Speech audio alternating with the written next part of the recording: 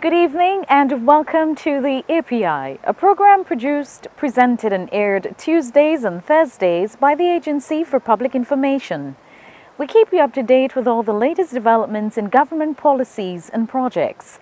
On today's program, Prime Minister Dr. Ralph Gonsalves reports on his attendance at the CARICOM Heads of Government meeting in Jamaica. The National Emergency Management Organization, NEMO, collaborates with the Caribbean Disaster Emergency Management Agency, SEDEMA, to review the revised draft of the SVG National Volcano Emergency Plan. And as usual, on a Thursday evening, we'll end with an exciting IADC update. The details to these stories when we return. But first, here is News Watch with Ashishia Sam.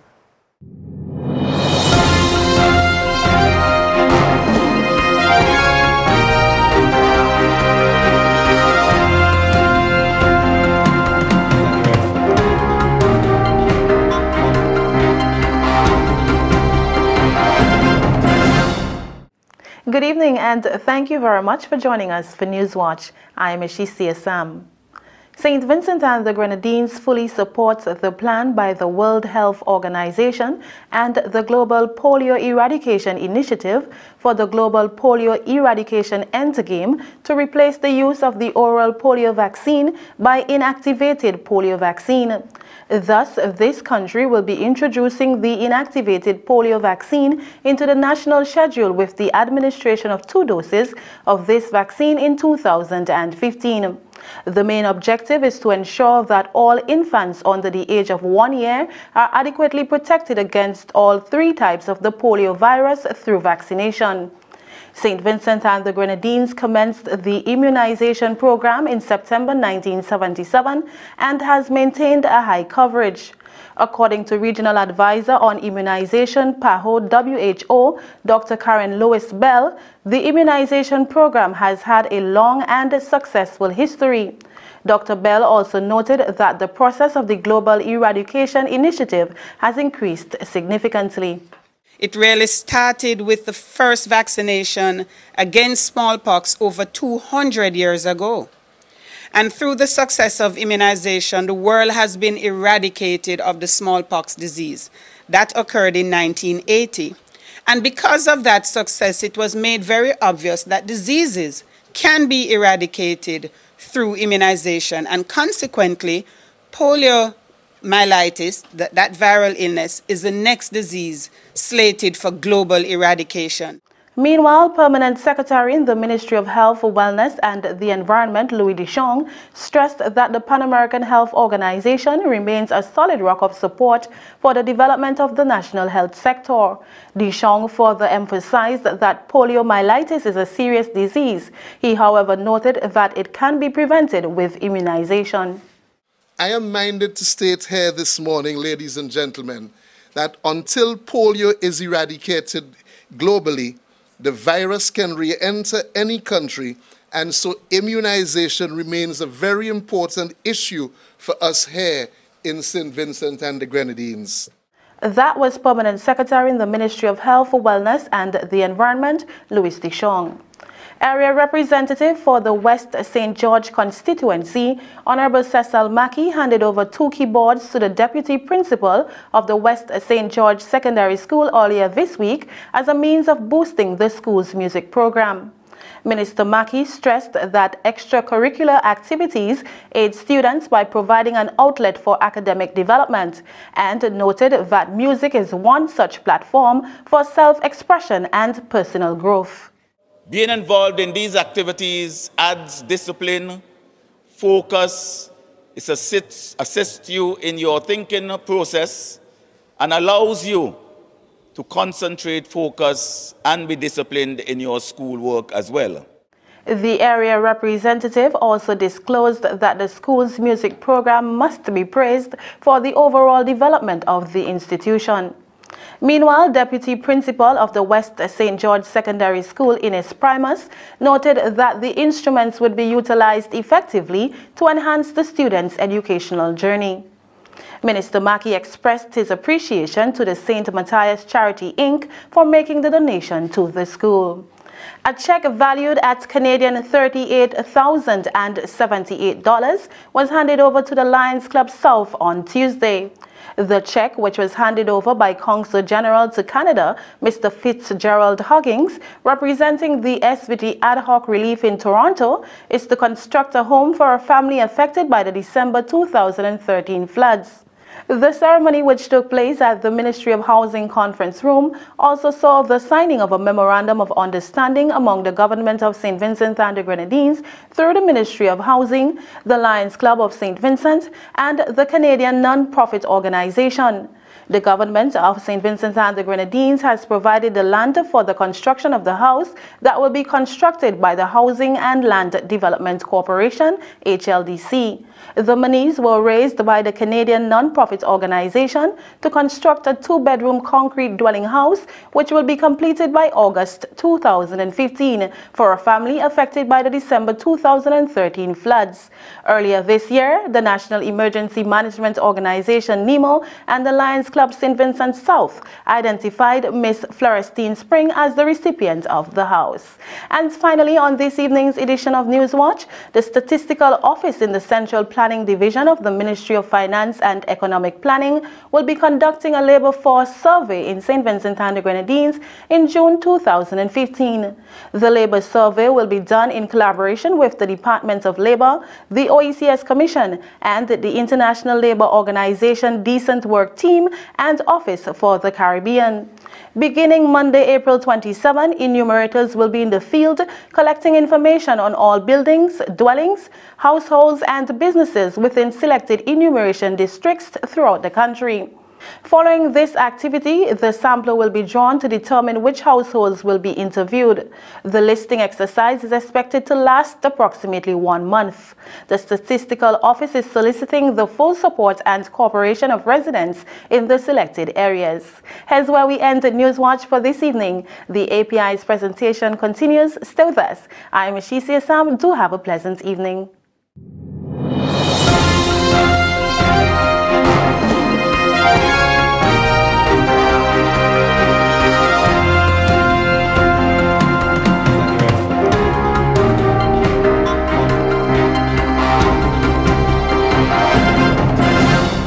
Protecting our marine environment, our forest, our wildlife for our children. Pollution of our rivers and beaches, deforestation and overfishing threaten to destroy our biodiversity. Protected areas are set aside by law to protect these fragile ecosystems which provide us with water, food, electricity and recreation. Tobago Keys Marine Park, Kings Hill Forest Reserve and Milligan Key Wildlife Reserve are examples of our local protected areas. Be inspired and help preserve what is naturally ours. Let's value nature.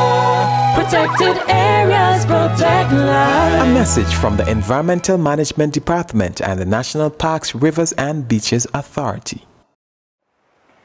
If you've just joined us, you're viewing a presentation of the Agency for Public Information on location of the oldest botanical gardens of the Western Hemisphere, the lovely Botanic Gardens of St. Vincent and the Grenadines. In our featured presentation this evening, Prime Minister, the Honourable Dr. Ralph Gonsalves, held a media conference at Cabinet Room yesterday in which he reported on a number of recent meetings abroad. The Prime Minister attended the meeting of CARICOM heads of states with U.S. President Barack Obama in Kingston, Jamaica on April 9th. Dr. Gonsalves also attended the Summit of the Americas meeting in Panama on April 10th and 11th. On April 13th, the Prime Minister delivered a lecture on the philosophy of the Guyanese and Caribbean iconic figure Cheddi Jagan, and on April 20th, Dr. Gonsalves was part of a meeting with the CARICOM Governance Committee on Cricket, which met with the West Indies Cricket Board in Grenada. In the following report, Shanna Daniel reports on the Prime Minister's attendance at the CARICOM Heads of Government meeting in Jamaica. Prime Minister the Honourable Dr. Ralph Gonsalves was among heads of government who met with the United States President Barack Obama in Kingston, Jamaica on April 9th. At a media conference yesterday from Cabinet Room, Dr. Gonzalez reported that 3 major issues were discussed at that meeting, namely issues relating to competitiveness, energy, and security. I want you to appreciate this. When you have a meeting with the President of the United States or the President of any large country in the world,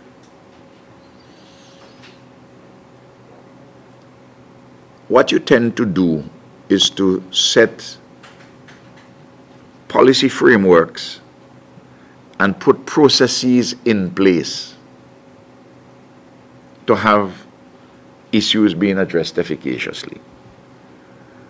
The notion that President Obama would come with the heads and we will solve specific problems then and there, it doesn't happen like that, because the fact that you have to raise them at that level, that there are some challenges, but we ourselves don't advise our own selves, and when contrasting perspectives emerge, clearly there have to be reflection upon them and have a mechanism to resolve the particular difficulty or challenge. So I think that point should be appreciated. In the meeting, several issues on competitiveness, energy, security, practical questions arose. And for instance, on the energy, there is a framework which has been established, and CARICOM, we have an energy policy, a regional energy policy, and it dovetails pretty much with what the U.S. government wants to do in our region. The U.S. government is not really putting money into renewable energy, for instance, but they can assist in facilitating the mobilization of private sector entities and international financial institutions, like, for instance, the World Bank, which has an energy dimension to many of their projects, and some specific ones, so that money can be rolled out in that way. The Prime Minister said that the U.S. President gave a commitment to facilitate the training of local personnel in the area of energy. Of course, you know that in our own context, we have been doing that both with solar and with geothermal. I've outlined the persons whom we have had training before. VINLEC has developed tremendous expertise in relation to solar in-house. We have other people who are coming. We send people abroad, and specifically we have sent people abroad too in respect of geothermal, because I don't want us to have the resource here. And 20 years' time, for instance, when you are settled in your professional work, in your 40s, that you reflect and say, but you know, Ralph started this geothermal quest, but he doesn't have any. Look where we are now. We still have to rely on all the expertise from people from Canada, from this place, that place. We ourselves must have the expertise in relation to geothermal, so that by the time you come on and you're involved in that, at that level, there's a substantial body of expertise which we have, so that we can add greater value ourselves to the enterprise. So President Obama would have spoken to the issue of responded to us favorably in respect of training in that regard. As it relates to the area of security, the Prime Minister said that a number of matters were discussed within the framework of the Caribbean Basin Security Initiative, which the U.S. government launched to help the Caribbean to deal with security issues. There's some of the obvious things. I mean, we need more Coast Guard vessels. In fact, we got already, and we're getting more, not coming out specifically of this visit, because once the framework has been set up, you're doing your work on an ongoing basis within the established channels which have been set in accordance with the policy.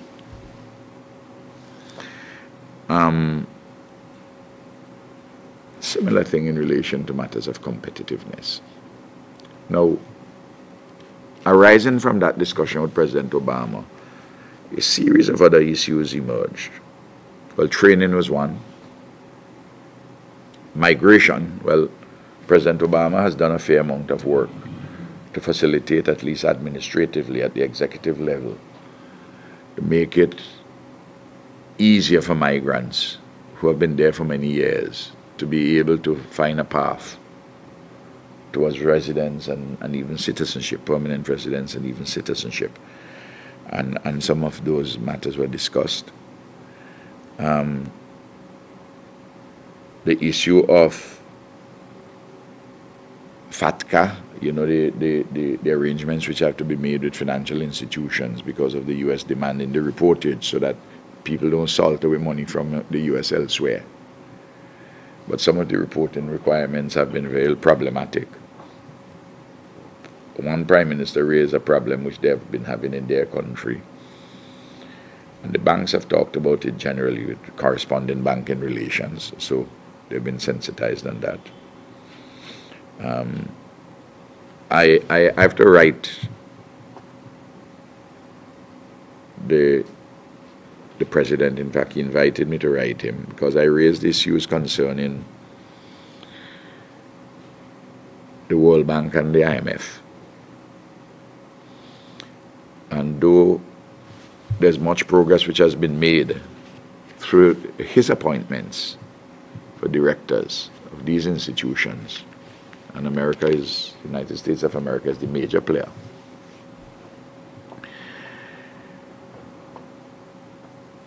I have found that emerging countries which you call emerging markets like Brazil, India, China, Mexico, Argentina, Turkey have been more accommodating in trying to push for the alteration of rules to take special account of the special circumstances of small island developing states. The Prime Minister pointed out that he raised this issue of medical marijuana with the U.S. President. I raised a question with him about when, in his view, he knowing the processes in the U.S., that the United States may reach a stage, the federal government, to issue export licenses for medical marijuana. Because, as you know, Canada issues medical marijuana licenses for medical marijuana, and we are talking to a company which has such licenses, and the production has to be under very special conditions. It's a very involved process. It's not going to happen tomorrow. It's not going to happen next month. Because things will have to be done. Naturally, even though you have over 20 states in the U.S. having the laws where they decriminalize the small quantities for marijuana use, religious purposes, social use, but very especially they've been decriminalized for medical marijuana. That's at the state level. That's not the federal government. So the federal government, in a sense, turns a Nelsonian eye. A Nelsonian eye being the eye of Lord Nelson, which has a patch on it that you can't see out of it. They can see this way, but they ain't seen that way. So I wanted to find out his assessment, and he gave me I would consider a fair assessment. He gave us a fair assessment as to where we were, and but this is a subject which is moving very fast in the United States. And the truth of the matter is this. My worry really is that when, maybe by the year 2025, which is only 10 years away, where the process is far more liberalized in the United States, that as I told my brother Barack Obama in our interchange, I say we may well be importing at that time something called mackweed. You know, we import everything from McDonald's, a Mac hamburger. So we may get mackweed, not necessarily not by McDonald's, but by somebody else by using mackweed in a symbolic sense. But people who can't see that, people who just won't look at issues for us to make adjustments. I mean, marijuana is the use and abuse of the misuse and abuse of marijuana is a terrible thing, and it's a health hazard. But the science also shows, and you see it on Sanjay Gupta, all these series on CNN by Dr. Sanjay Gupta. It has help in certain medical circumstances, and that's why it has to be properly controlled. And you see how the very nature of the product itself has to be of a particular type, the particular strain, and so on and so forth. It's a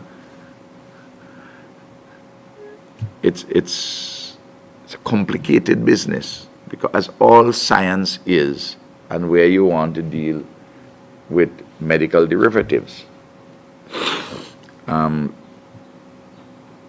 with all the regulations and all the controls. And Dr. Gonzalez also reported that President Obama commended the Caribbean governments who have partnered with Venezuela through the Petrocaribe initiative. We didn't raise Venezuela. We didn't raise Petrocaribe other than, I'm talking about CARICOM, other than in the context of talking about energy. And the president volunteered his view. He says, listen, Venezuela is not a threat to the United States national security. Of course, I'd said that before. I didn't need President Obama to have to say that. Anybody who has studied these issues would be able to come to that conclusion. Of course, there was an executive order which says from the U.S. that Venezuela is a threat to national security, and on the basis of that executive order, they hang the sanctions against 7 named individuals. Now, what was very instructive, on Petrocaribe, he expressly said, look, I know you guys are good friends with Venezuela, and we know that you have this Petrocaribe arrangement. He says, frankly speaking, it's a good deal for you guys. And if I were in your position, I would have taken it. He said, in fact, it would be a disservice to your people if you don't take it. You hear that? As a direct quote, it would be a disservice to your people. The foreign minister of St. Vincent and Grenadines was there with me. We watch one another, our eyes opened. Men look across to open their eyes, because he is in several of our respective countries. Certainly in this one, you have the opposition leader say, you go and sign Petrocaribe. And all the background noise to that would be, what would America say? From Jamaica, Prime Minister Gonzalez went on to attend the Summit of the Americas in Panama on April 10th and 11th. The Prime Minister was accompanied by the Minister of Foreign Affairs, Senator the Honorable Camilo Gonzalez, and Ambassador Andres Wickham. Dr. Gonzalez said that the central theme, which dominated the Summit of the Americas, was the relationship between the United States and Cuba. Prime Minister Gonzalez made a statement at that summit in which he again took a very strong position in defending citizens of Haitian descent who have been discriminated against in the Dominican Republic. Reporting for the API, I am Shanna Daniel. Comprehensive disaster management is about every one of us being ready to manage any natural or man-made event, like earthquakes, tsunamis, fires, oil spills, volcanoes. It's about having your home or business prepared with an emergency plan and supplies. It's prevention, keeping your home, business, or community well-maintained and safe. It's about being able to get your life back on track after the event. Will you be ready? Visit weready.org, brought to you by SEDIMA and the European Union. A message from the National Emergency Management Organization, NEMO. Thanks for staying with us. You're viewing a presentation of the Agency for Public Information. The National Emergency Management Organization, NEMO, partnered with the UWI Seismic Research Center to spearhead the review of the revised draft of the SVG Volcanic Emergency Plan and desktop simulation exercise. The aim of the two-day workshop is to test emergency plans, outline the functions and responsibilities of all response agencies, among others. The Caribbean Disaster Emergency Management Agency, SEDIMA, is also a key stakeholder in the review of the revised draft plan for SVG. The initial consultation for the revised plan was funded by the SVG Red Cross Society. Kisha Woodley has more in this report. April 13 marked 36 years since the La Soufrière volcano erupted. So we are in the process of conducting activities to mark this anniversary. So one of these is today, where we will be looking at updating our National Volcano Emergency Plan and test it tomorrow. La Soufrière is the youngest volcanic center on St. Vincent. It occupies the northernmost third of the island and is considered to be the only volcano that is active and is likely to erupt in the future. In light of this, it is imperative that the National Emergency Management Organization, NEMO, work with all response agencies and stakeholders to review the revised draft of the St. Vincent and the Grenadines Volcanic Emergency Plan and to hold desktop simulation exercises. These proceedings began on Wednesday at NEMO's headquarters and ended earlier today.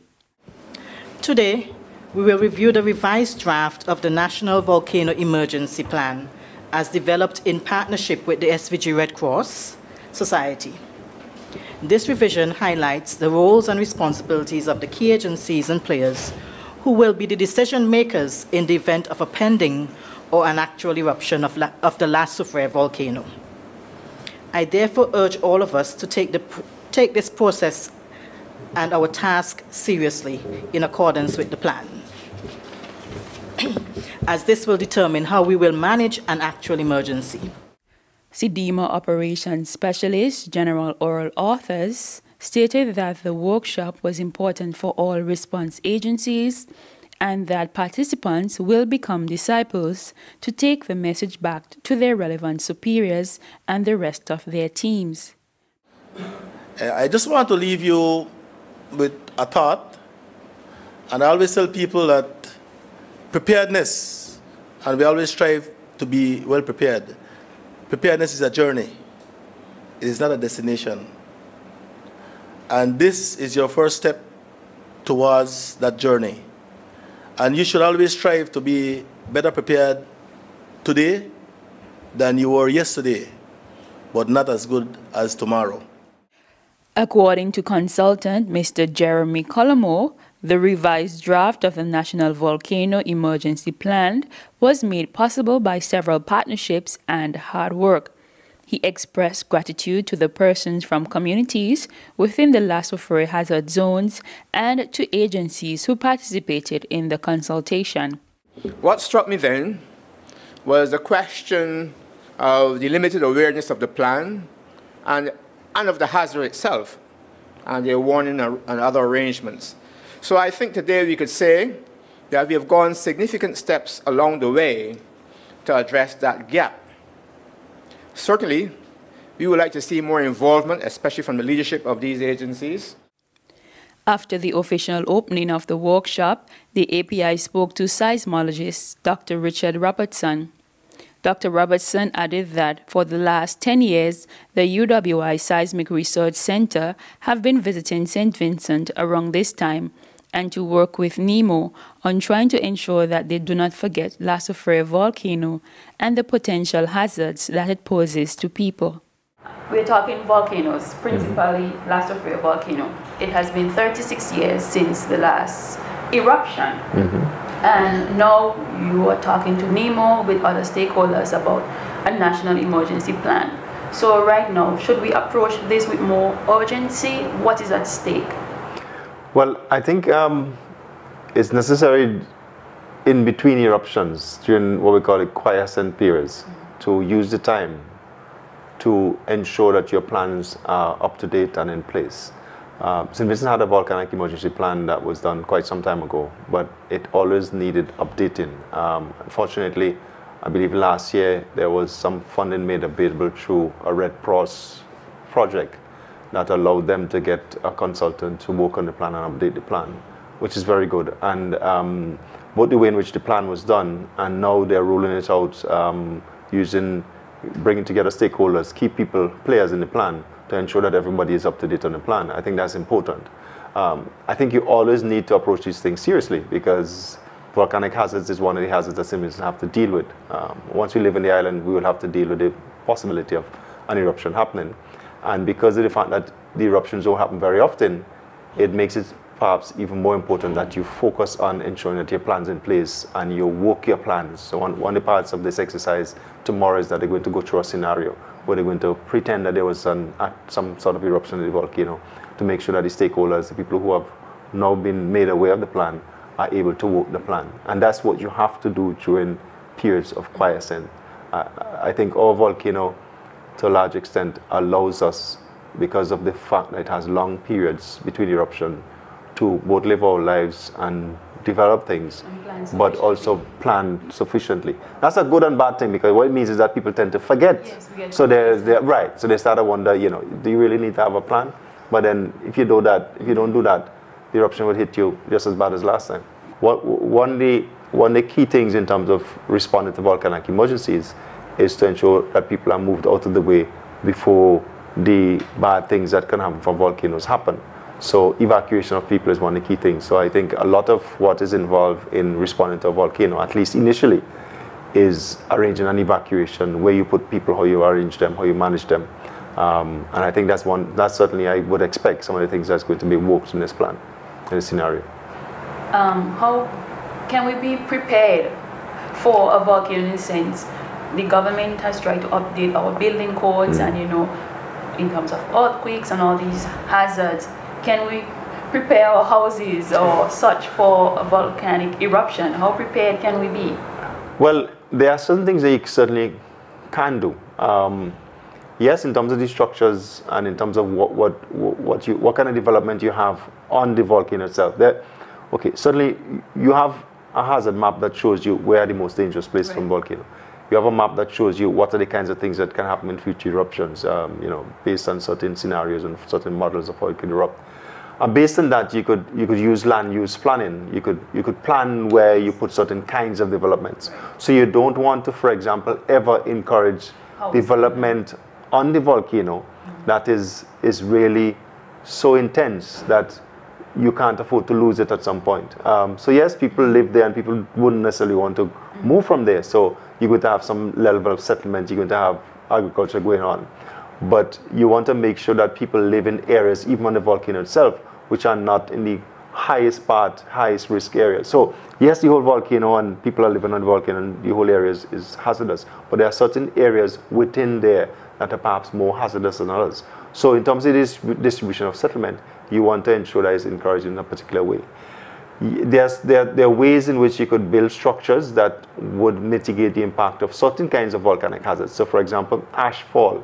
If you could build your structures, your houses, your roofs in such a way that the impact of ash fall is decreased. And that is something that perhaps should happen throughout the island, because the entire island could be affected by ash. But certainly on the volcano itself, these structures are probably going to be, if there's really an eruption, they could be demolished. So it's really a matter of getting people out of the way. But in the rest of the islands, there are things that you could do. I would say really is to make sure you have plans in place to deal with moving people during an eruption, and also with ensuring that your major developments, certainly your critical facilities, are away from the high hazard areas, and that even within that area where you have settlements and developments itself, that you probably guide it in a direction that is perhaps not as dangerous as others. So there are things that you can do. It's not like, you shouldn't really just put your head up in the air and say, yeah, you should. It's unpredictable, and but if we were monitoring it, we would have early warning signs that would give people enough time to get out of the way. But I think in terms of long-term planning, there are things that you can do.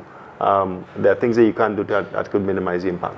So you've mentioned monitoring. So over the years, there must have been some updates in terms of equipment to monitor these hazards and volcanic eruptions. I mean, does St. Vincent and Grenadines have this type of equipment, and I mean, who is monitoring it, and how can we be assured that at least there is some level of accuracy in these projections? Yeah.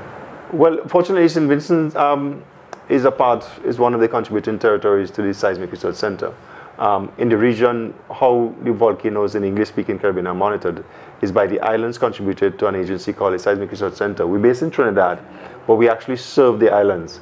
We provide advice and information about the state of their volcanoes.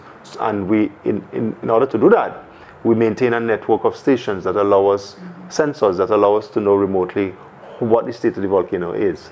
We also are involved in the National Emergency Management Agencies in terms of providing them with hazard maps, advising them on sort of how to prepare. So I'm involved in the national update of the emergency plan, and that's the kinds of things that we do.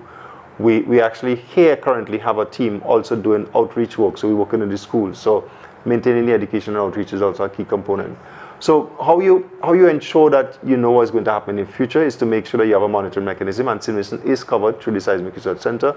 And we also have a local agency, a local group of people that we work with in the Soufriere Monitoring Unit, in the case of St. Vincent, to help us to do the monitoring work that we have to do. One of the challenges we have in St. Vincent, and I can't miss out the opportunity to say that, is that we do have challenges with installation and maintenance of stations in remote areas on the volcano itself.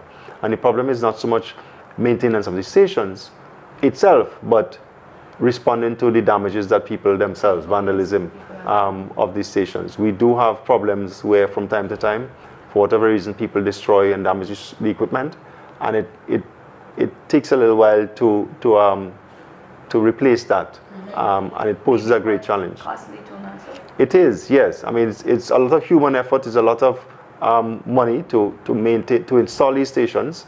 And when people destroy them, it means that for the time that they destroy, they're out of commission. We're blind for that particular station for the time.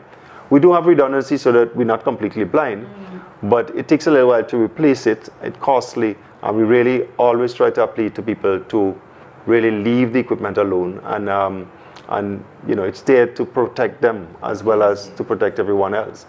So they really need to leave it alone. We also have a group of persons who are going into the secondary schools. This year we focus on the green areas. We have focused on other areas in the past where they're going into the secondary school and talking to school kids and informing them about the volcanic hazards, and we try to do interactive things so that we engage the youths, both at the primary and secondary schools. And we also have someone here who's doing, as part of a PhD research project, developing a game, an interactive game based on soufriere to teach kids about to teach them about the volcano. So that's one thing that we're doing. In terms of the volcanic emergency plan, I guess some of the key things that, and I wasn't involved in, I'm not, what NEMO did is they got a consultant, Jeremy Collymore, who is past head of CDMA, to update the plan.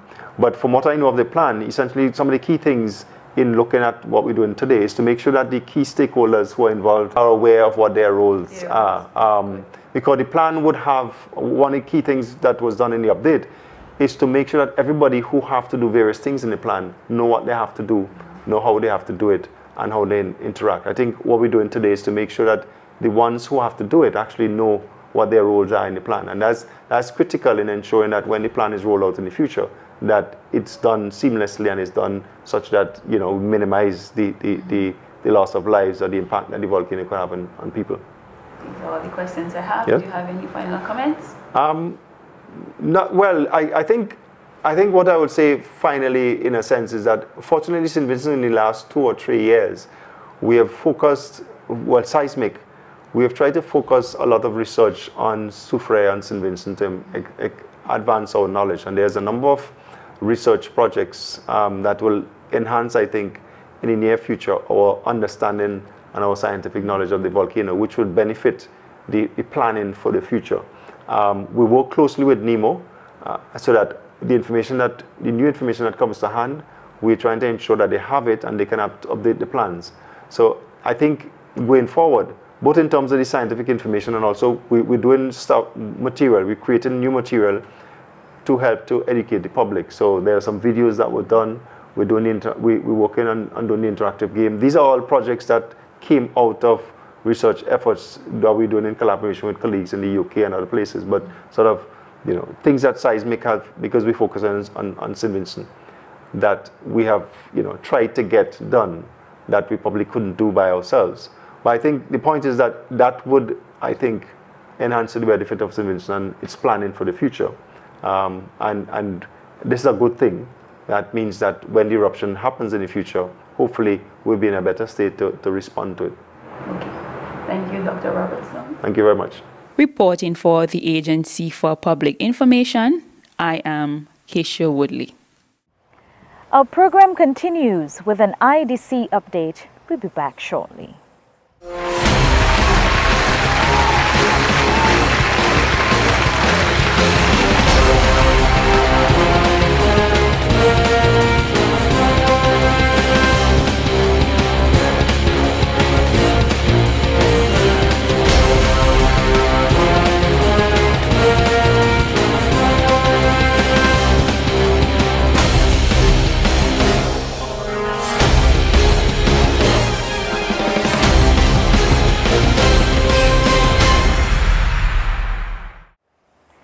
Our final presentation is the IDC update, and on this evening's program, Communications Officer Jennifer Richardson takes a closer look at the asphalt production at the airport site and the paving of the runway, which is well on the way.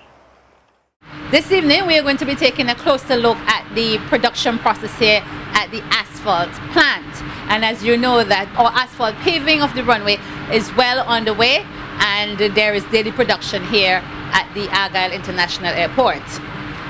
With me I have one of the persons responsible for the operation here, and he's going to introduce himself to us, tell us his name and exactly his position here at the IADC. We are coming to you from inside the control room of the asphalt plant.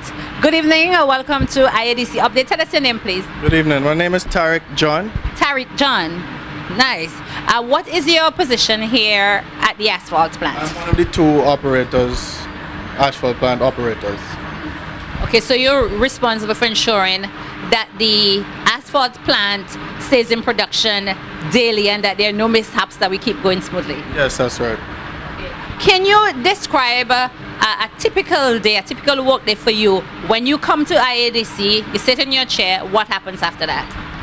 Well, after that, you know, normally just trying to prepare everything, look for faults, if we have faults, look, you know, make sure when we do start the plant, everything is running perfect. The operation here is pretty simple. It's an automatic system. So once the plant get going, and we got our proper temperatures and our proper batch sizes and so on, everything normally will run smooth. Now, how long have we been in production with the asphalt plant? First of all, have you been here from the inception, and how long has it been? I have started with IADC January 2nd of 2014. We started some production late in the middle of the year last year, or close to the middle of the year last year, but full production on the runway has started this year. The runway is going smooth. The guys out in the field working fast. We normally don't have no hold-ups, so every day we normally do about 500 tons, 500 to 550 tons, and that's a good production start. Okay. Can you describe the production process for us? Well, the process is just aggregates, really. We have three different aggregates. We have our bitumen, we have our filler. We also, everything just kind of runs through the plant. As I said, in-flights are set in the system. So as we go on, we set our batch sizes, and the aggregate will just kind of flow through the plant. Automatic systems would weigh out the aggregate into the mixer, mix for 25 seconds, into the trucks. And once we get in the truck onto the runway. Now you will notice that he's turning away from the camera every once in a while to look there. That's because as much as he's speaking to us, he still has to keep his eye on the control table, so that nothing gets disturbed, there is no mishap, and that the asphalt plant keeps rolling along. So we will excuse the fact that he has to turn away every so often. Now, John, I am looking at this control board, and for me, none of it makes a lot of sense to me. I know you have to keep your eyes there to make sure your settings are okay, but could you walk us through it a bit? Well, over here we got our temperature setting for the aggregate temperature in the bins, not in the mixer, in the bins itself, going through our dryers. This system is a touch screen where we use for setting in-flights, setting up the job, setting up the production levels. Here we have our speed controls for feeders, and here we have a digital system for our scales and gauges for all our motors, electrical components, and so on. A lot of pneumatics systems controlled by a lot of buttons. We have buttons all along the bottom here, it's mostly pneumatic buttons. Okay. Now tell us a little bit about you. Is this the first time that you're working with an asphalt plant, or you have had prior experience? I've had prior experience with asphalt plants before. As big as this one, no. I've been in and out of asphalt through my grandfather, my father, with construction and so on. So the experience is a little bit there. But this plant has really gained me a lot of even more experience. Working here has been fun for me. I mean, long hours, long days, but Sundays to Sundays, but it works out good, keeps me out of trouble. So it's been fun, and it's been a challenge at the same time. Yes, I've learned a lot. Okay, what would you say was your major challenge, the major challenge that you had to overcome to really settle into this job? I think it was more getting used to the times, and I don't really know much about electrics, so the electric part of the setting up of the plant and so on gave me a little problem, but everything is there now. Yeah, nothing really could happen to the plant now that we can't fix. How would you say the other Vincentians have been coping with the work here at the asphalt plant? Most of them have been going good. They're learning a lot. A lot of them still ask a lot of questions. They're coming along good. I think there's a lot of them that they're willing to learn a lot, and they do ask a lot of questions, and they do when they do see something that's abnormal, they would come and tell somebody with higher experience what's going on, if it's a problem, if it's not a problem. So they've been coming along good. All right, well, it's very good to hear what's been going on here. I noticed as we are sitting here, there is a truck backing up there to get loaded with asphalt. And you pour from 6, is it from, what time do they start pouring in the morning? Around 6:37 we will start. Okay, and you go until 6 in the evening? Yeah, well, normally close off time is 6, so between 5 to 6. Okay. We do have to move forward. All right. If you access to All right. And you guys are excited about what is happening right now on the runway? Yes, we are. I'm actually waiting to see that runway done. Okay. I'm excited too because I love what I'm seeing, even though I don't know much of anything about it. But just seeing what I'm seeing, I'm feeling really good about it. So what we're going to do now is try to get a hold of one of the Vincentian workers, one of the other workers who would have learned what they know now on the job as they come here to find out how the work has been for them, what their experience has been like. So John, thank you so much for talking with us. Thank you. And continue your good work. Thanks. I am joined now by Geraldo Tash, a worker here at the Asphalt plant, and he is going to tell us exactly what he does here. Geraldo, thank you for joining us on the IADC update.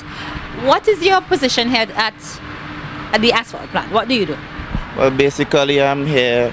I have to come down to heat the oil in order to mix the asphalt at morning. So I'm kind of important at present. Kind of important, but you heat in the oil to get the mix ready. That is very important. So to speak. Well, is there a particular title that they have given you? What's your position? Well, I'm just like the assistant, the asphalt assistant. So I have to come and make sure that the oil is at the right temperature so that they can start mixing and everything goes as planned. Okay. Is working with asphalt something that you have done in the past or you have learned here on the job? Well, this is my first time learning it, and so far I'm catching on with it. Okay, how long have you been in training basically? About 2.5 months, 3 months the most. Okay, and you've come a long way since then. Good. What is the most exciting thing for you about working at the asphalt plant? I'm dealing with the container. I like offloading the oil. That is a kind of, it's risky, yet it's something you have to take your time and learn to do. Yes, because you have to be very careful with it. The oil is very hot, can burn you according to how you deal with it. So you have to be on your P's and your Q's to deal with it. So that is just, I like it though. All right, you like the challenge. Very good, that's good. And you're enjoying the work here at the asphalt plant? Yeah, so far, better than being home. Okay. What are you looking forward to most from this work here at the IADC? Okay, well, I am involved with the oil, and that is to do the runway. So I would like to see the airport finish with the runway, knowing that is my work, my help involved in it. So I would love to see the runway finish and the whole airport, everything come together and look spectacular, make everybody in St. Vincent happy. Awesome. We're all looking forward to the completion of the runway and to the operation of this Agal International Airport. Thank you so much for talking to us, and all the best with your work here at IADC, and I hope that you learn so much that wherever there is asphalt work, you could easily fit in. Thanks again. Yeah, no problem. All right, we have moved out of the operating room for the asphalt plant, and we're now outdoors, where John is going to take us through the process of production. He's going to be outlining to us everything from start to finish and point out the different areas on the asphalt plant so we can understand better how this plant functions. So I'm going to hand over to John so he can walk us through the process. John, thanks again for being with us, and take us through the process, please. Okay. Thank you. Here's where we have our coal feed bins. This is where our aggregate is loaded into the bins, the different grades of material. From the coal feed bins, we have the feed controls where we saw inside. The feed controls will be feeding the material into our dryer, and the dryer is where the material is heated, and we also collected dust from that material, which is used back into the mix.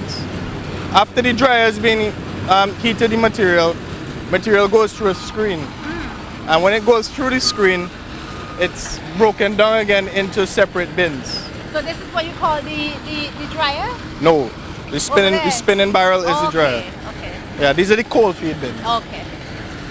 Inside the machine as well, we have hot feed bins. Right, the hot feed bins is where obviously hot material is stored before it's weighed out onto scales and transferred to the mixer. Okay. So how much material can you put into the mixer at any given time? What's the weight? It's a maximum of 1,500 kilograms, so about a ton and a half.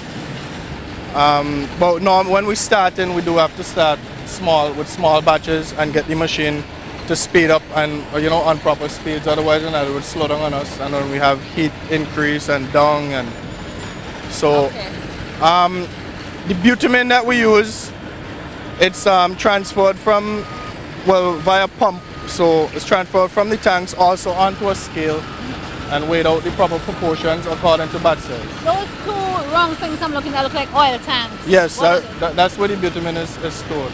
Okay. And this thing that's been pulled up on the conveyor belt, sort of. That's what we call the skip.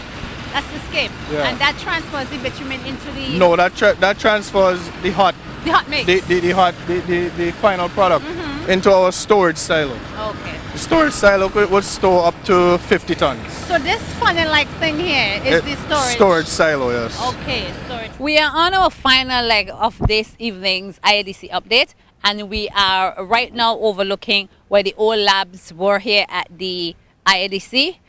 And we are seeing right behind us in the first kilometer of the project, that's on the southern end. Now, lots and lots of work taking place over there in that first kilometer. Not only are they continuing to take down Makoniami Hill, they're also continuing the asphalting of the runway, which they started last week, and quite a significant amount of asphalting has been completed over there on the southern end. They have now completed the final base layer, putting on the final base layer in that entire first kilometer, and they're into the second kilometer of the project, putting down the base layer.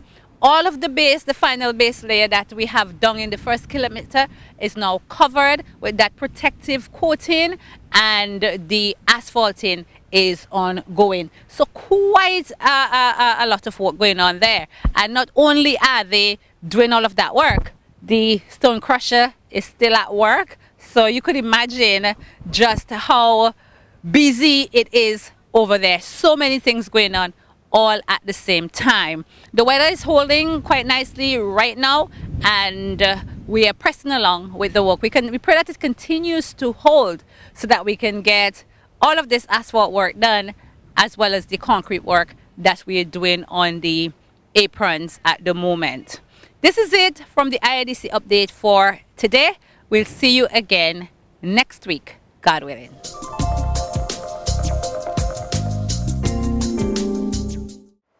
This has been a presentation of the Agency for Public Information. You can join us again on Tuesday evening of next week for another program. You can also join us via Facebook at the Agency for Public Information SVG to access our programs, as well as via our YouTube channel, Agency for Public Information SVG. On behalf of the entire production team, I'm Dion John, wishing you a pleasant evening and a wonderful weekend. Remember, you can also join us this Saturday for Inside Story. Bye-bye.